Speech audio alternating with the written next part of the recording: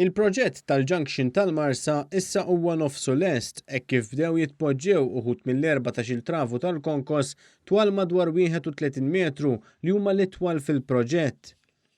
Kif qed taraw warajja f'temp mhux daqstant favorevoli bdew jitpoġġew it-trafi fuq l-itwal flyover tal-Marsa. Dan sabiex se jkun qed jitlesta propju xahar qabel il-ħin mistenni hekk kif mistenni jkun lest sal-aħħar ta' din is-sena.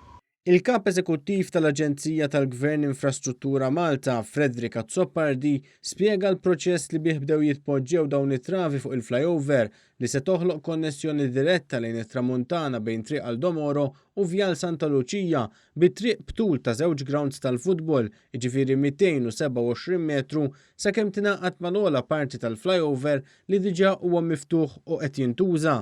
Dak li qegħdin naraw illum huma travi tal-Konkos li propju qed inħadmu fuq is-sit tal-Marsa, kuljum għaddej il-proċess ta' travi fejn qed inħadmu travi u dawn qegħdin jitqiegħdu b'mod regolari.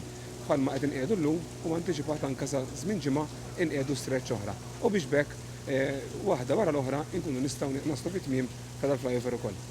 Il-Ministru għat-Trasport, Infrastruttura u Proġetti Kapitali Ian Borch qal li wara l-ftuħ tal-ewwel strutturi ta' flyovers ftit aktar minn xahar ilu, ix-xogħol baqa' għaddej b'ritmu maġġel tant li din l-itwal flyover issa mistennija tkun lesta sal-aħħar ta' din is-sena xahar qabel pjanat.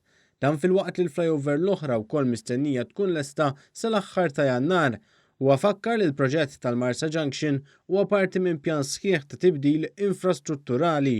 Aħna antiċipajna li meta nlessu dan il-proġett kien se toħloq bottleneck ġdida fejn għandek il-roundabout ta' Santa Lucia. U allura intervjenejna proġett ambizzjuż mini illi allura se jevitaw illi wieħed għandu bżonn jistenna jersaq mar-roundabout, jistenna żmien tiegħu u allura hemmhekk jaħli ammont konsiderevoli ta' ħin sabiex ikompli l-vjaġġ tiegħu. Permezz tal-mini ser ikollok traffic flow li tibqa' għaddejja u għal daqstant ma jkunx hemm konġestjoni anqas iktar il fuq minn dan il-proġett. Minħabba x-xogħlijiet għal xi ħin inħolqot konġestjoni ta' traffiku b'mod partikolari fin-nofsinhar ta' Malta fosthom f'Raħal ġdid.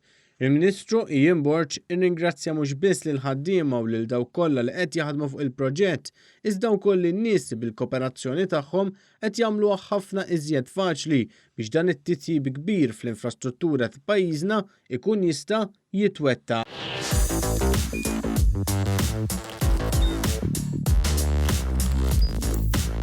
Idħol fuq one.com.mt u hemmhekk tista' tara l-programmi kollha li jxandru fuq One permezz ta' One Play.